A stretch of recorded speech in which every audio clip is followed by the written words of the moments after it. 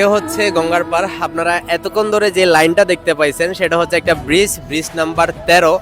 আমি এখন আছি গঙ্গার পারে কুম্ভ মেলাতে, যেখানে 20 লাখেরও বেশি মানুষ এই ব্রিজটা দিয়ে পার হচ্ছে। আর আমার থেকে সেম 20 লাখের মানুষের মধ্য দিয়ে আমার যাইতে হবে ওই পারে যেখানে নাগা সাধুদের অবস্থান আছে। আমি খুব লিটারেলি খুব টায়ার্ড, খুব ডেঞ্জারাস একটা সিচুয়েশন দিয়ে আমি আসছি। কারণ হচ্ছে আমি যেখান দিয়ে আসতেছিলাম ওখানে এই 20 লাখ মানুষকে ঠেলে এদের সাথে করে আমার আসতে হয়েছে। তো এটা আসলেই সো ডিফিকাল্ট ছিল আমার জন্য। আমি কখনোই ভাবি নাই যে কুম্ভ মেলায় আসবো, মানে এত সিরিয়াস একটা কন্ডিশন থাকবে। কাঁধের মধ্যে কাঁধে মিনিমাম 8 থেকে 10 কেজির একটা ব্যাগ, সেটা নিয়ে প্রায় 3 কিলোমিটার চলা, আবার মানুষের ধাক্কা খাওয়া। ভাই, ইটস লিটারেলি ক্রেজি। আমি যারা আসতে যাচ্ছেন তাদেরকে বলবো, যদি আসতে চান তাহলে ওরকম একটা মেন্টালিটি সেট আপ নিয়ে আসবেন, then you can do fine, you can do well, or else আমার মতো ধাক্কা খাবেন।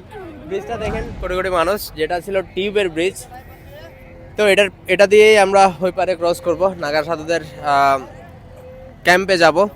চলেন আপনাদেরকে নিয়ে যাই, সেখানে গিয়ে আপনাদেরকে দেখাই বাকিটা। আর গঙ্গার স্রোত কিন্তু প্রচণ্ড স্রোত, গঙ্গার তীব্র একটা স্রোত।